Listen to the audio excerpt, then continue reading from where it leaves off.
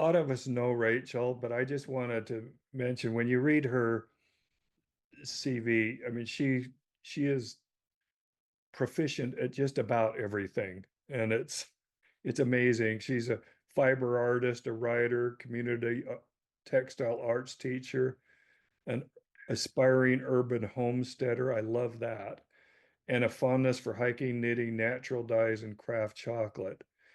In 2005, she received the Individual Recycler of the Year award from the Utah Recycling Coalition for organizing a city recycling program. And this effort led to her becoming a city planning commissioner for 8 years, where she was able to bring a sustainability mindset to projects in South Salt Lake City. And I feel your pain because I've been a planning commissioner for 8 years as well. And that's a tough job. She also taught practical arts at a local Waldorf charter school for 7 years and has successfully completed sheep shearing school. And I didn't even know that was a thing. She has a BA in English literature and is currently finishing a master's of community and organizational leadership at Westminster University. She is the director of High Desert Utah Fiber Shed, a Utah-based fiber shed affiliate, which supports local regenerative textile economies. She lives in South Salt Lake with her husband, daughter, dog, cats, bees, permaculture yard, and dye plants. So I hope that's just a fraction of her talent. But we're grateful to have you with us, Rachel. You are a legend in this community. Dear. Well, I am delighted to be back. I feel like I've sort of been in an alternate universe. And just with school and everything, it's been a wild year and a half, but I love reconnecting. So it's so good to be here again. So thank you. Thank you. Should I just dive right in? Yeah, just jump All right. in. All right, I will go ahead and try to remember how we share. Oh, there it is. Okay, get this started. And I will trying to be clever. And I'm going to do my sharing on one screen and my notes on a different device. So if I can get that to go. Okay, is that showing up properly for you? It doesn't? Yep. Okay. Perfect. Okay, so ecocentrism, deep ecology, and faith. And I wanted to start with just a general definition of ecocentrism. This one it's sort of a standard. It pulls together several writers' understandings, but ecocentrism is an environmental ethical perspective that places intrinsic value on ecosystems, species, and natural processes rather than prioritizing human interests alone. It emphasizes the interconnectedness of all life forms and advocates for policies and actions that maintain ecological integrity and biodiversity. And I wanted to include this graphic that I was able to find just to kind of visualize, so that you can visualize what this is about, right? And it's an expansion of what is considered important. And so starting from here, so basically it's based on the understanding that the natural world is morally important and should be valued independent of present or future human interests, and that human centering of human ethics, values, and desires has obscured the inherent need for a wider valuing of Earth's ecosystems and the other organisms that inhabit it. Ecocentrism was primarily developed in Western thought through the philosophy of deep ecology, first articulated by Norwegian philosopher and academic Arne Naas in 1973, and then later developed by Naas in collaboration with others. And so we're going to go to the next thing, which is the land ethic. And this has to do with Aldo Leopold, who is famous for this quote: "A thing is right when it tends to preserve the integrity, stability, and beauty of the biotic community, and it is wrong when it tends otherwise." And Aldo Leopold was considered is considered the founder of the modern discipline of ecology. And he developed this idea of a land ethic in his book, A Sand County Almanac, which was published in 1949. And in it, he says that the land ethic simply enlarges the boundaries of the community to include soils, waters, plants, and animals. A land ethic, of course, cannot prevent the alteration, management, and use of these resources, but it does affirm their right to continued existence, and at least in spots, their continued existence in a natural state. And then in this same book, he has an interesting development of the framework of his thinking, which is basically an outline of what he calls the ethical sequence that leads to the notion of the land ethic. And he claims that the extension of ethics, so far only studied by philosophers, is actually a process in ecological evolution. Its sequences may be described in ecological as well as in philosophical terms. An ethic ecologically is a limitation on freedom of action in the struggle for existence. An ethic philosophically is a differentiation of social from antisocial conduct. And so he's setting up, how do you have an ethic with the land? And that leads to this sequence here where he says that the first ethics dealt with the relation between individuals. So the Mosaic Decalogue is an example. Later ideas dealt with the relation between the individual and society. So the Golden Rule, which tries to integrate the individual to society, and democracy tries to integrate the social organization to the individual. And then he says, there is as yet no ethic dealing with humanity's relation to land and the animals and plants which grow upon it. Land is still property. The land relation is strictly economic, entailing privileges, but not obligations. And so then he goes on to talk about how the extension of ethics in this third element in the human environment is an evolutionary possibility and an ecological necessity. And so it's the third step that needs to be taken. The first two have already been done.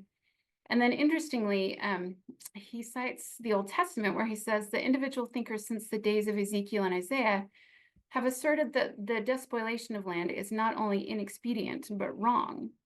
Society, however, has not yet affirmed their belief. I regard the present conservation moment as the embryo of such an affirmation.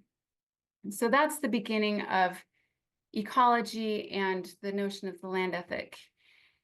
And that, right before the 50s, and this led to later the development of deep ecology and ecocentrism. And that started with the philosopher and academic Arne Naess. He's a Norwegian philosopher, and he felt that between the time that Aldo had defined this ethic and launched the ecology discipline, and then the time when he was writing and publishing in the 60s and 70s, that the common human conceptions of ecology were shallow and utilitarian.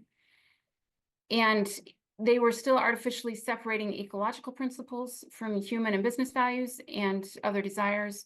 So he felt it was necessary to differentiate between shallow and deep ecology and build on Leopold's principles of relationship to the land, and which implied a sense of all beings having an inherent value. And so that was the beginning of ecocentrism being articulated as a theory. And so in 1973, he had a paper that he presented called The Shallow and the Deep Long-Range Ecology Movement. And he later, through the 70s and 80s, collaborated with others to develop that theory. But he spells it out in that paper where he says that the shallow ecology movement is concerned with fighting against pollution and resource depletion. Its central objective is the health and affluence of people in developed countries. The deep ecology movement has deeper concerns which touch upon principles of diversity, complexity, autonomy, decentralization, symbiosis, egalitarianism, and classlessness. And that's available on an open source PDF. If you're interested in going through that, it's not terribly long. So as the view developed, integral to that shift towards ecocentrism is the view that humans are part of nature and not separate from it, and that this holistic view will fundamentally change the relationship between humans and the rest of the world to one of community and balance. And one of the classic systems thinking books, Systems View of Life by Capra and Luisi, they define it as deep ecology does not separate humans or anything else from the natural environment. It sees the world not as a collection of isolated objects, but a network of phenomena that are fundamentally interconnected and interdependent. So that's the foundation. But as I mentioned, Arnanas and some others like George Sessions, Bill Duvall, and some of the other systems thinkers helped with some initial refining of the principles that he laid out in his paper. And these are they. So the first one, and they're sort of in order, they build on each one, is inherent value. So the well-being of human and non-human life on Earth has intrinsic value. The richness and diversity of life forms contribute to realizing the value of life and are also values themselves. Humans have no right to reduce this richness and diversity except to satisfy vital needs. And that the flourishing of human life and cultures is compatible with a substantial decrease in the human population. And the flourishing of the non-human world requires that. The present human interference with the non-human world is excessive, and the situation is rapidly worsening. And so policies must therefore be changed, and in areas from economic, technological, and ideological. And that the main ideological change is to appreciate life quality rather than adhering to an increasingly higher standard of living, and that those who subscribe to the preceding points have an obligation to act to put those changes into effect.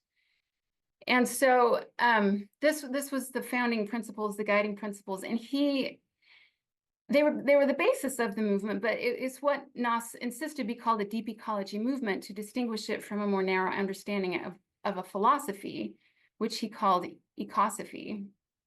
And he wanted to encourage multiple and diverse interactions with the movement, so that so those who adopted it would find different ways of practicing it and putting it, having that positive effect in the world.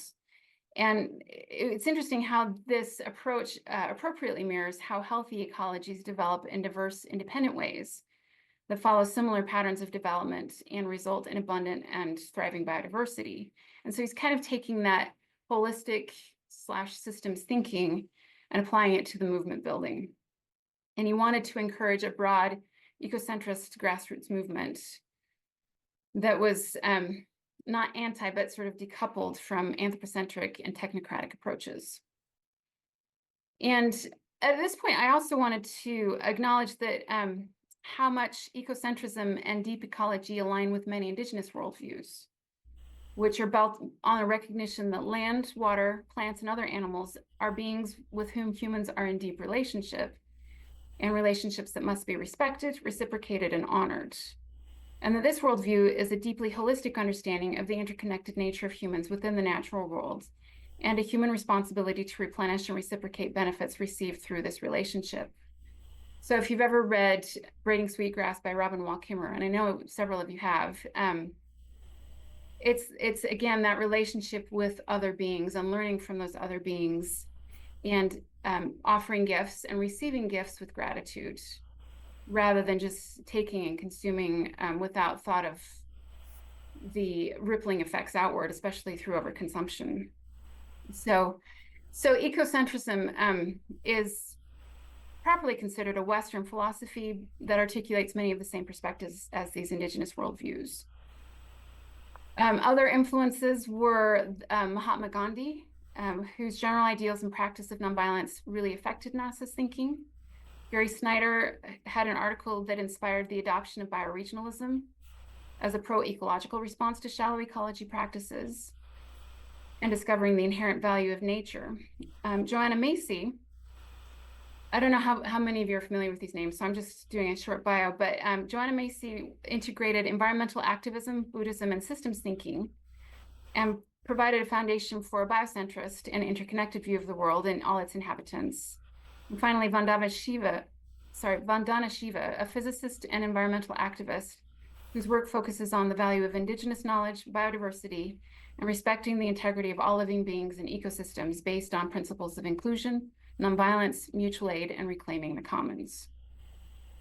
So that is ecocentrism in a nutshell, based on deep ecology. They're kind of intertwined, but basically going to that full view of all of the beings within this world and perhaps beyond when we go to the faith perspective, but as having inherent value, and it implies the responsibility of humans who have through their reasoning and culture, greater abilities to impact that. And so using reasoning and culture to hold that in balance. So to kind of pull it together with the restoration perspective, here are a few scriptures, and I know most of you know all of these things. I did want to point out that the gospel topics, environmental stewardship and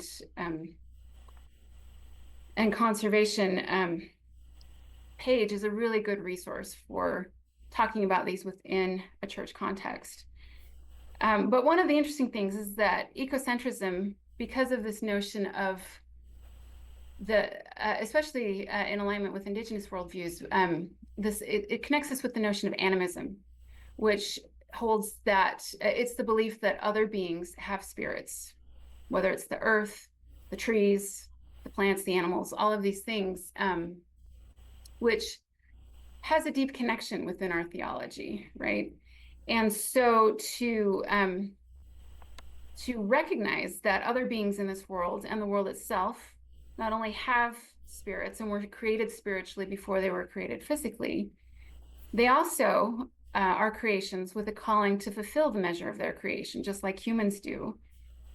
And the references in the scriptures to the earth being pained because of the pollutions and the wickedness of humanity, all of this speaks to this notion of animism, which we sort of put at arm's length, I think, in our modern Western interpretation of our theology. But I would say that it's a core doctrine, one that we could say that was divested during the apostasy, probably during the European Middle Ages, which established feudalism and had a very intentional severing of this animistic worldview among the populations. And that allowed capitalism to grow out of that. And then later you had the Enclosure Acts, which were sort of 2.0 of this. But it really is, it's one of those inherent things. And as we reconnect with that, I think a lot of people really feel a deep spiritual resonance with that. I'm in a book club that just finished Braiding Sweetgrass, and that was one of the things that kept coming up, was knowing that that's part of our faith and our theology, and talking about, so many scriptures about how the earth is the Lord's and the fullness thereof, the world and all that dwells within it. And I think one of the issues that comes up is the notion of dominion versus stewardship. And I think, again, this is where we can maybe point to the Bible being correct as far as it's being translated correctly, as well as what's been included and excluded over time. And I think it's important to note that, the commandment was not just to till the earth, but to take care of it and to not overconsume. And that as we are not overconsuming and wanting more and more, we can find a balance that is a fully abundant kind of life, that is sufficient for our needs, right? For our own thriving, that is in balance with the rest of the natural world. So that is the short version of ecocentrism, deep ecology, and a restoration perspective. And I will go ahead and get out of here. Let's see. And then I guess we had talked about opening it up for questions. Dave. Yeah, thanks, Rachel. That was a great summary and overview of a lot of material. Yeah, I know. I was trying not to No, that's do good. the fire hose. We're familiar with some of it for sure. But I was interested in two things. One is, how did you become interested and acquainted with this? But my second question was, what's the impact of ecocentrism and deep ecology? Because it's something you don't hear a lot about. I mean, you hear some about, and is this kind of maybe a more academic, smaller part of the population, or somehow those ideas, getting out into the broader consciousness? Yeah. Okay. So first question was, how did I get introduced to it? And it was my first semester of grad school, actually, and I had selected my research topic, which was looking at local regenerative textile economies in contrast to the textile industry as it is now in fast fashion and all of the ecological and social harms.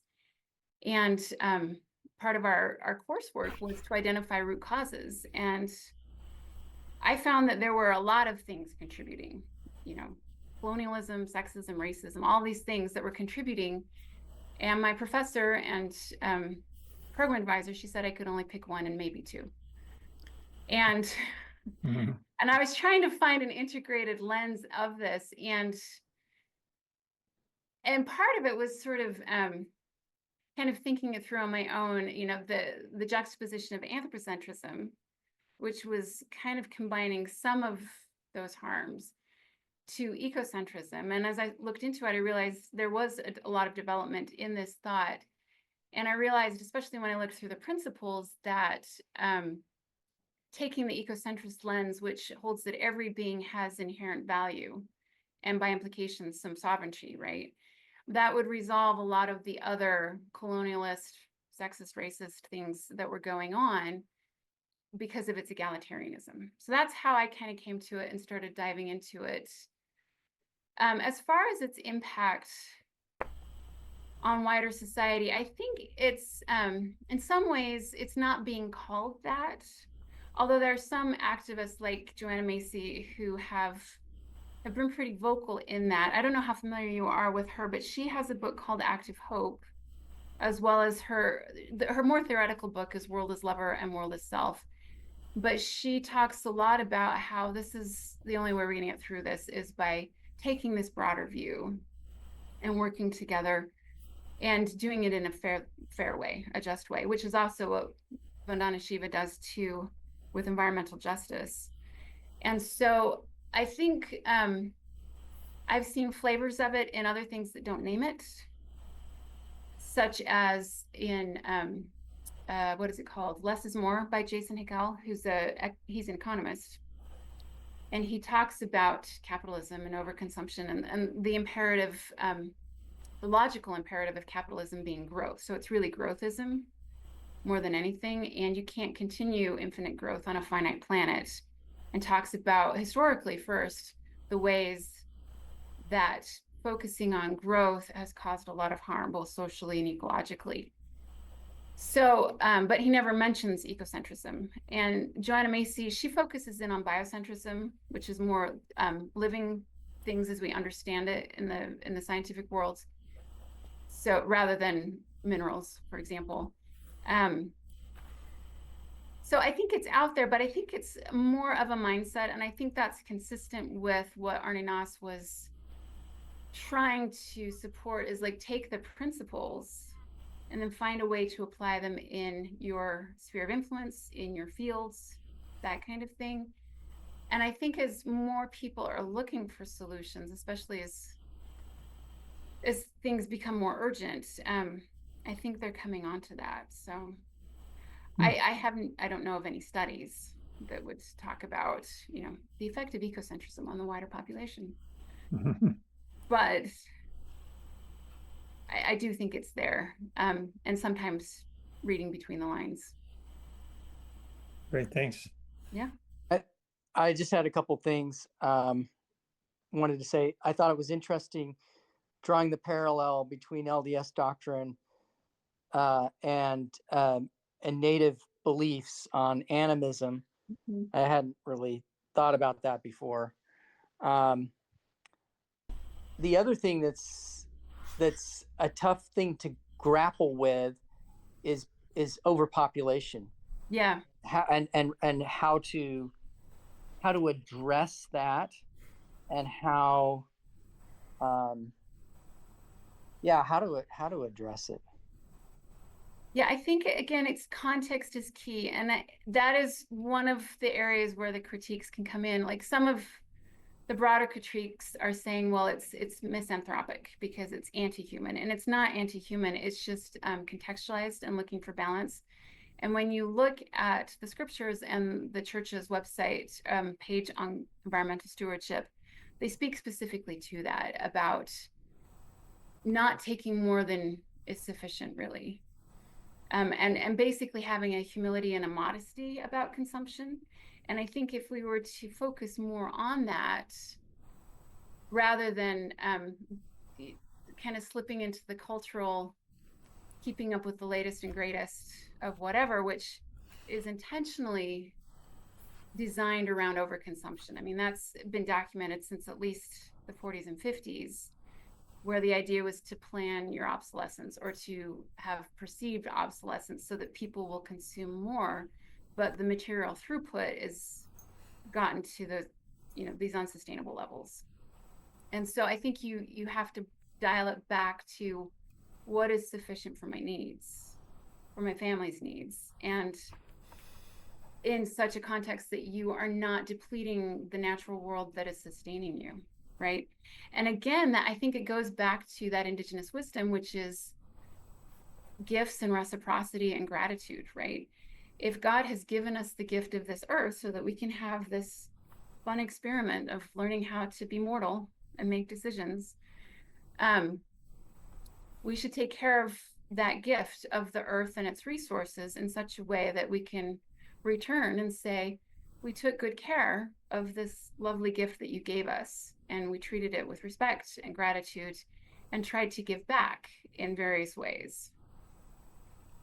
I think that's I maybe call it the philosophical or the theological direction that it needs to go, but that's where it heads. Does that answer your question? Yeah, no, it does. Also, I just think we aren't aware of the impacts of our overconsumption because we ship a lot of our waste off to other countries. My wife and I watched a documentary not too long ago. I don't know if it was called The Story of Plastic or something like that. I can't remember. But that one of the sad scenes that I saw in there was these young people in Africa trying to clean up a beach that was just overrun with all kinds of used shoes and clothing and that sort of thing that had just been shipped there to Africa, and we just aren't cognizant of where our stuff is going. Yeah. Yeah, and in the textiles specifically, that's the research is pretty clear about. I mean, we're shipping it to places that don't want it, like they're refusing it, and we're just dumping it in the ocean. And the companies that are producing the clothes are pretty regularly overproducing intentionally by 25% or more, knowing that they're going to either landfill or incinerate that extra so that they protect their brand integrity, right? And there are other places like the highlands of Chile, and there are a lot of places where you see the textile waste because we're trying to get people to buy more, consume more, and of decreasing quality so that you have to, right? And it's a real material problem, and the pollution just from the diaffluent alone is huge. And then you start factoring in the human impact with whether it's the sweatshops or the local environment being polluted. It's a real amplifying effect, and I think you could make that case with a lot of industries. I love how you brought up that book, Braiding Sweetgrass. That changed my life. It was such a great book. And I've been in arguments with people over that single word dominion before. That's what they always fall back on is, well, we have dominion. But what we fail to reach at times is the gift of gratitude, and that how everything is spiritually connected. And if we have gratitude for this planet and all life, we understand that dominion has a much deeper meaning than control. And it's amazing to me how I see now. I mean, I'm involved in the water industry a lot, and we're seeing plastics in rainwater. It's everywhere now. It's just ubiquitous in all waters of this planet. And it saddens me what we've done, but I love what you've talked about. Thank you. I do think there is a lot of hope. I mean, some of the innovative and surprising things like the mushrooms that digest plastic, for example. And I think people recognizing, I do think one of the ways that I understand the dominion thing, especially pivoting towards more of a stewardship understanding, like we've been given responsibility over this earth, just like I gave my teenager responsibility over her bedroom, right? If she trashes it, I will help her. I will guide her, but she's going to be cleaning that room. And I think we sometimes forget about that. And so, and it's not just in the self-interest of I'm going to have to do the work, but I think in the sense of I have a responsibility, I have an obligation. It's not just control. And that by recognizing it in that sense, we get closer to a healthier balance where we are more likely to say that's enough, that's sufficient. And I'm grateful for the abundance that I already enjoy, even if it's not all the fancy high-tech everything. I love the bedroom metaphor. That's really good. Two questions. One goes to you, Doug. What was the name of that book again that was brought up earlier? Braiding Sweet Grass. Say that again. Braiding Sweet Grass. Braiding Sweet Grass. Yeah, it Right. is a Is that classic. backwards? It's Yeah. backwards.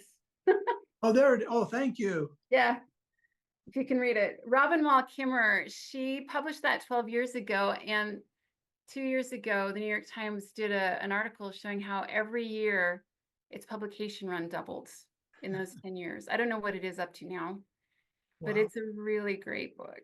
It's just, you would love it. I'm going to look it up and get it. Yeah. The other question is, we talk about our concerns here, but when you go into the larger population, the impression I get is maybe it's because people don't pay attention to what's happening. There seems to be a lot more people that don't care, and we've got to get the word out to them so they start thinking about that. That's my thought. Maybe I'm wrong. No, I think we need to talk about it. Catherine Hayhoe talks a lot about that in her book. Have you read that one?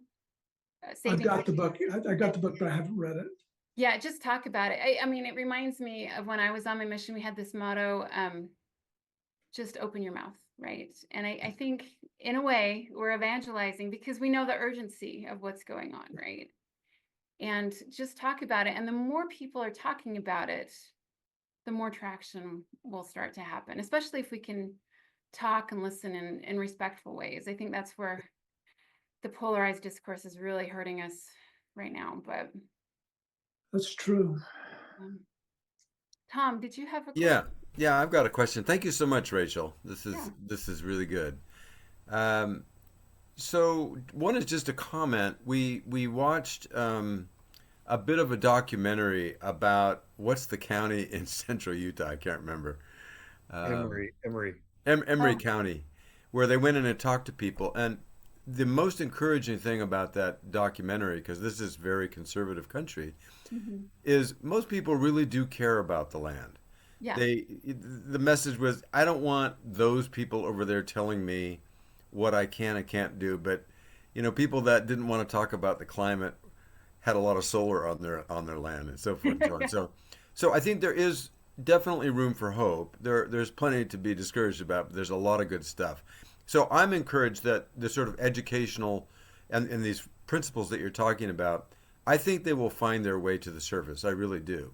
But my question is, I'm the sustainability officer in my ward, and somebody came to me and said, where do you see a group of people that are practicing sustainable principles?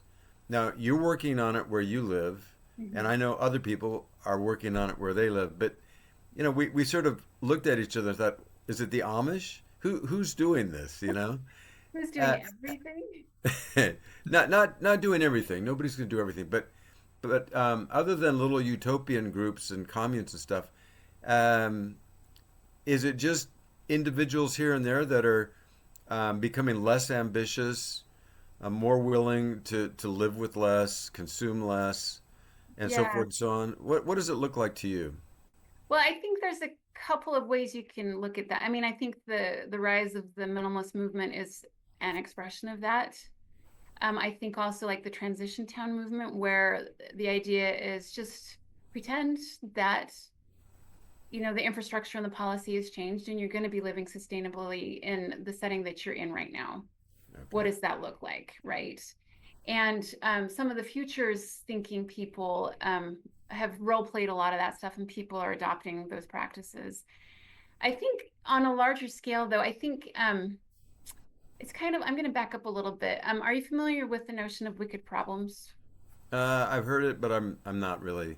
No. Yeah. So wicked problems are basically really messy, nonlinear problems that you can't apply steps A through whatever to solve, you know, like you would with setting up some piece of equipment. And one of the characteristics of it is every time you interact with it, it changes, right? And so climate change is one of these problems.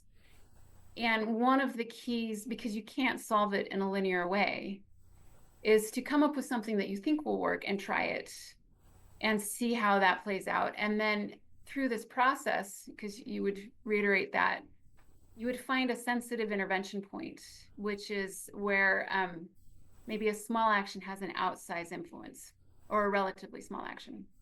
And I think kind of going from that idea to kind of picking the area that you feel called to work on. So I'm working on the intersection of regenerative agriculture, sustainable textiles, and local economics, right?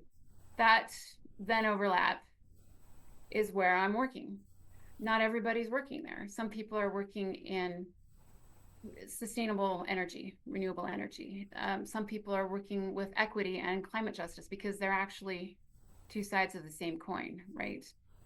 And there's a lot we could say about that, but I think you find the area that you can influence, either because of your inclination or your position in your circles of influence, right? And follow that. And as everybody is kind of doing their own thing, looking for all these different niche intervention points, that will grow and amplify as everybody's efforts start to converge. But it won't all be under the same name. Got it. Good one. Thank you very much. Yeah.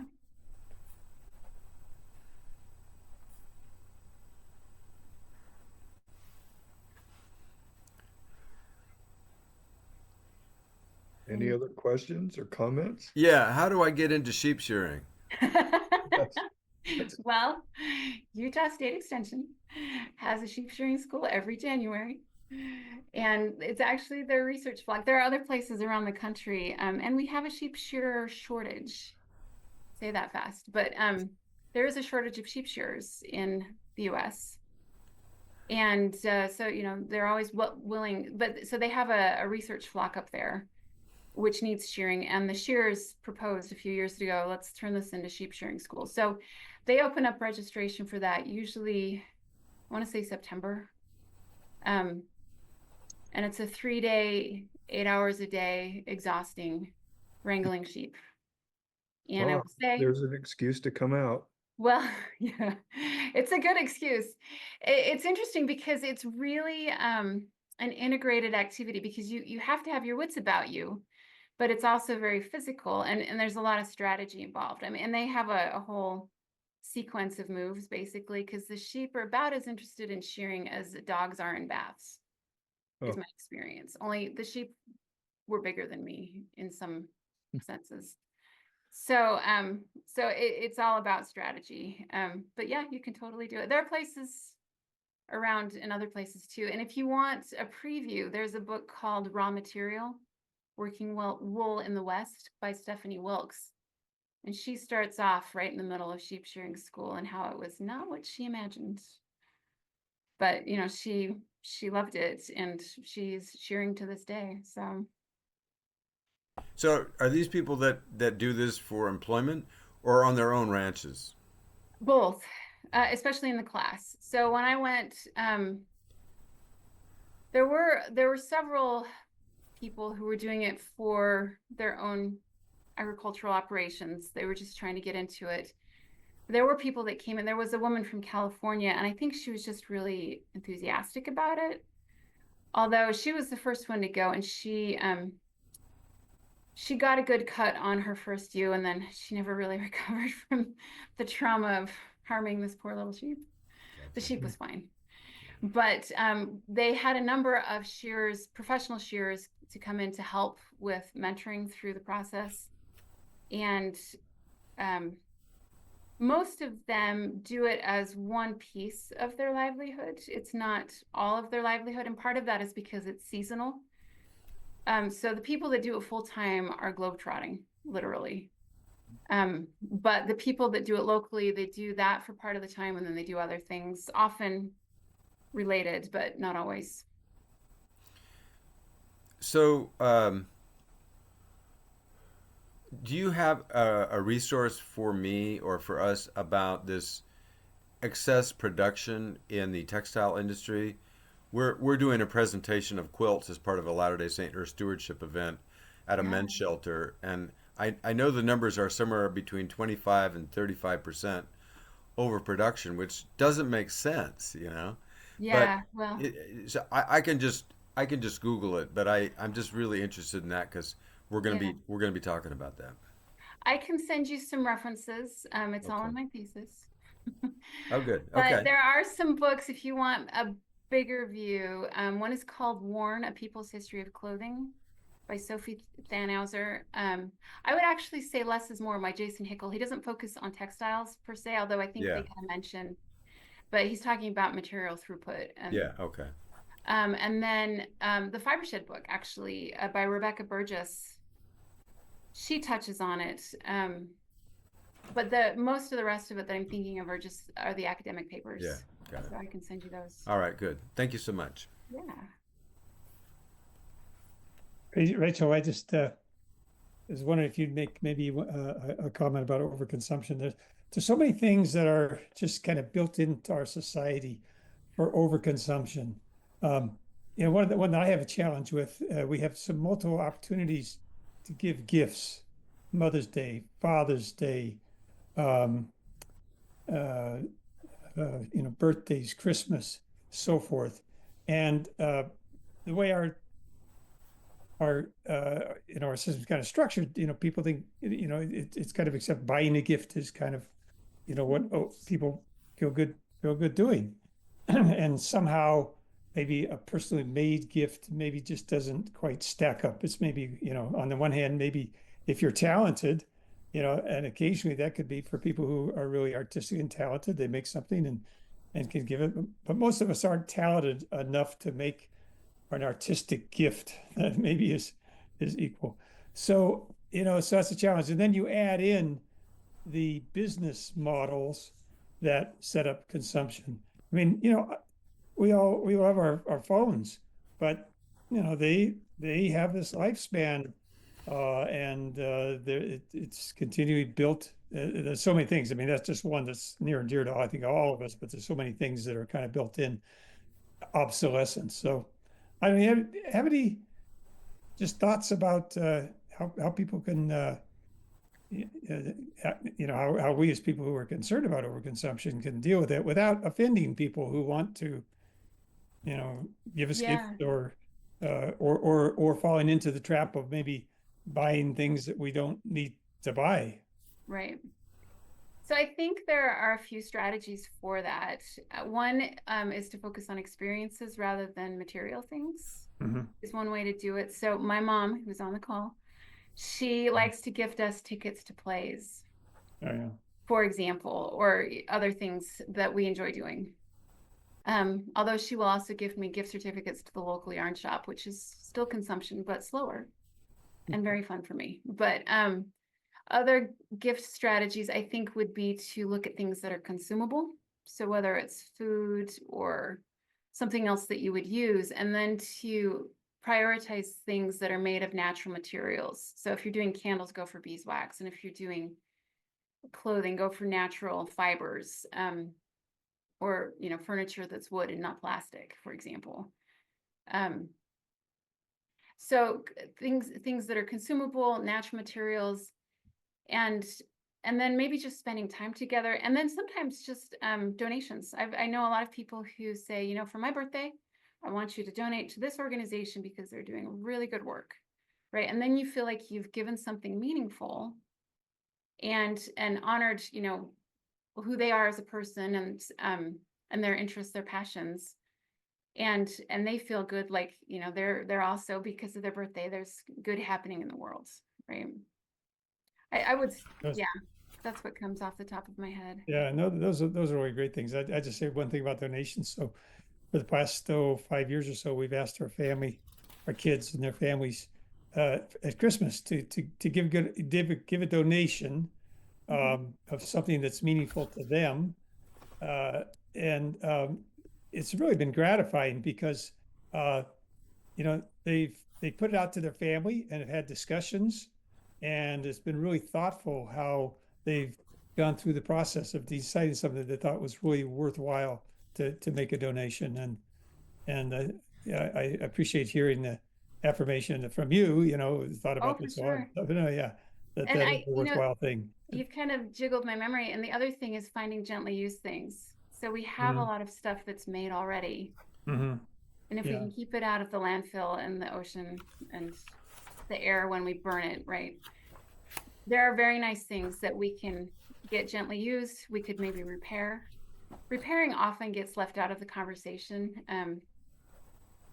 And I think that's one of the biggest things that we can do for longevity of the things that we already have. But you can also have a lot of fun finding something. And if you don't have the skills to repair it, you could have somebody else repair it into a state that then you could gift.